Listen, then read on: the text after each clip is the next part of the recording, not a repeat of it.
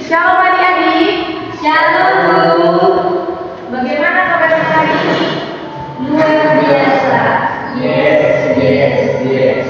Oke, nggak semangat kali.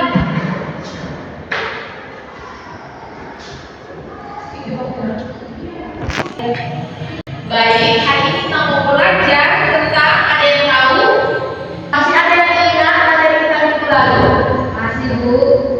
Masih, iya, tentang mensyukuri anugerah Allah. Dan sekarang pagi ini kita mau masuk lagi ke materi kita yang berikutnya. Tapi sebelum itu, ke orang maju ke depan untuk memimpin ibadah kita.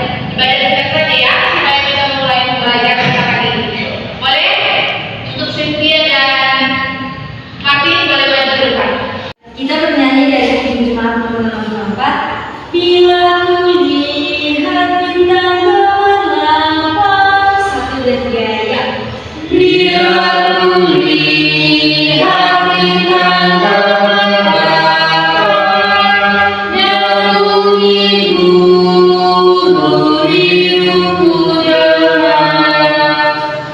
Ya Tuhanku, tak putus aku heran melihat ciptaanmu yang besar.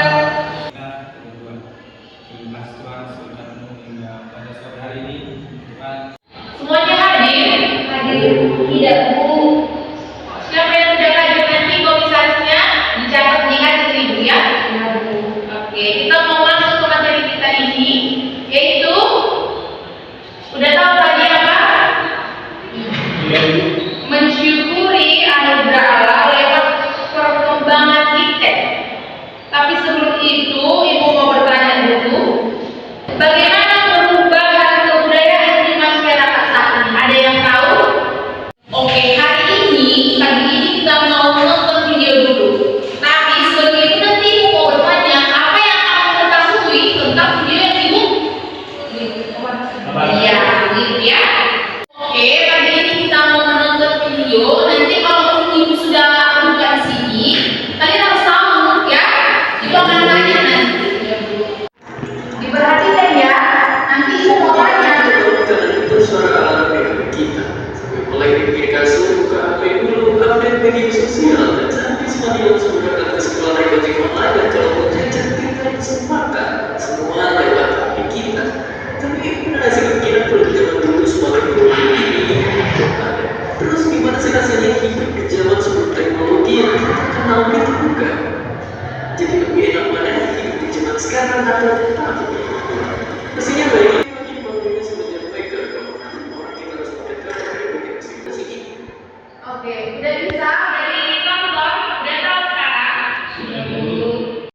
Oke, siapa yang tahu? Setelah menonton video itu apa yang ada di pikiran adik-adik sekalian? Apa sih yang terjadi di video tadi? Ada yang tahu? revolusi Revolusi seperti apa?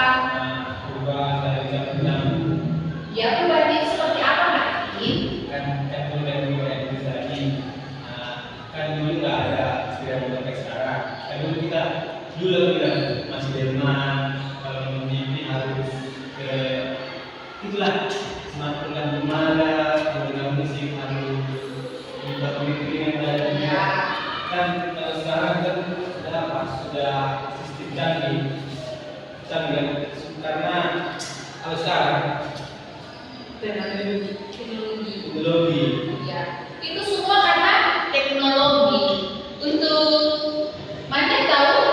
Sama-sama zaman Martin Bu, dapat melihat kalau dari zaman dulu ke zaman sekarang itu udah sama peserta gitu makanya. Seperti kalau kita mau pesan makanan, kalau kita dulu kalau mau makan otomatis udah mau masak dulu. Tapi kalau sekarang kan udah bisa pesen ini dari handphone. Itu semua karena apa? Karena teknologi. Untuk Edison tahu? Bu, modernisasi perubahan zaman. Oh, begitu ya.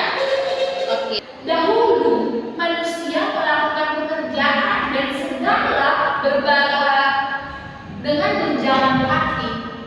Tahu?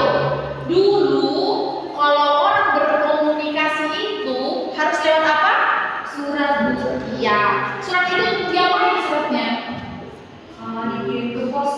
Iya, dikirim ke pos. Begitu. Kalau sekarang apa yang terjadi? Sudah ada handphone juga bisa Video call. video call, bisa cek dari WA, Telegram. Ya, itu adalah perubahan, itu adalah teknologi iptek yang sekarang. Paham? Paham, Bu. Oke, dibaca dulu bareng-bareng biar kita semakin paham. Karena kan kalian sudah paham tentang yang ada pada slide tadi. Paham? Ibu mau bertanya dulu, mengapa perkembangan iptek ini bisa membawa berkat sekaligus tantangan bagi manusia? Ada yang tahu berkatnya itu apa? Tantangannya itu apa? Ada yang tahu? Tunjuk tangan dong.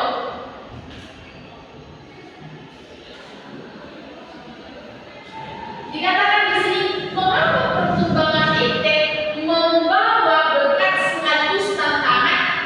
Di sini ada membawa berkat. Kita membahas dulu yang pertama itu berkatnya. Oke? Dikatakan yang pertama apa? Mempermudah aktivitas manusia. Kenapa mempermudah aktivitas manusia? Karena transportasi cepat, komunikasi instan, perjalanan pekerjaan lebih efisien. Yang kedua dikatakan meningkatkan kualitas hidup, kesehatan, pendidikan, informasi yang lebih mudah untuk diakses, gitu ya. Ada yang tahu sekarang ini lagi apa informasi yang kalian ketahui? Apa dulu? Banjir sama longsor yang terjadi di daerah sekitar. Itu kalian tahu dari mana? Emang susah tahu? Iya, kita lebih mudah atau lebih cepat mendapatkan informasi kan? Iya. Yang kemudian dikatakan mendukung pelayanan dan nilai-nilai positif. Penginjilan lebih luas, ibadah online, pembelajaran Alkitab lebih mudah. Kenapa dikatakan penginjilan lebih luas? Semua orang di sini, adik-adik sekalian di sini juga bisa, juga boleh melakukan penginjilan. Sekarang sudah bisa kan? Tidak harus ke satu-satu orang, berjinjang ke dua orang ini. Aku mau memberitakan firman Tuhan dulu begitu. Bukan lagi lewat internet, lewat handphone adik-adik sekalian. Adik-adik sudah bisa menyampaikan firman Tuhan itu. Paham? Oke, yang kemudian itu memberi peluang kreatif dan produktif, bisnis online, inovasi, pekerjaan baru. Ada di sini yang mempunyai pekerjaan handphone. Mungkin adik-adik belum, tapi orang tua kita mungkin sudah ada lewat handphone kan? Iya, itu adalah berkat. Iptek itu membawa berkat. Tapi sebelum itu adik-adik semua, selain berkat juga kita memiliki tantangan dengan adanya teknologi atau iptek ini. Kita mau membahas. Sudah paham dengan berkatnya dulu? Sudah Bu. Oke, kita mau maju atau kita mau melihat lagi yang dinamakan dengan tantangannya. Oke, yang menjadi tantangannya itu menimbulkan ketergantungan manusia sehingga manusia semakin mengandalkan teknologi bukan lagi Tuhan. Ada yang paham tentang ini? Paham? Kurang? Paham ya? Oke, membuka peluang perilaku negatif sebagai penipuan digital, kecanduan media sosial, pornografi,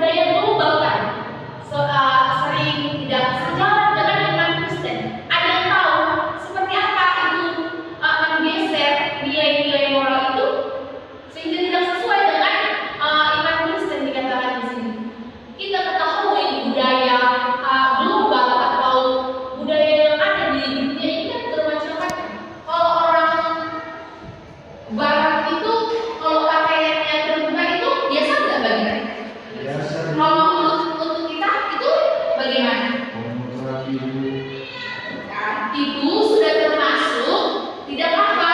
Tidak lagi sejalan dengan iman Kristen kita begitu. Paham? Oke. Yang kemudian mengurangi interaksi sosialnya dan membuat orang lebih individualis. Pernah nggak adik-adik di sini berkumpul tapi tidak saling berbicara atau berkomunikasi? Karena apa? Karena terlalu fokus dengan handphone tadi. Itu juga sebuah tantangan loh. Tidak ada lagi komunikasi begitu. Itu tidak baik. Oke, sampai di sini paham? Paham, Bu.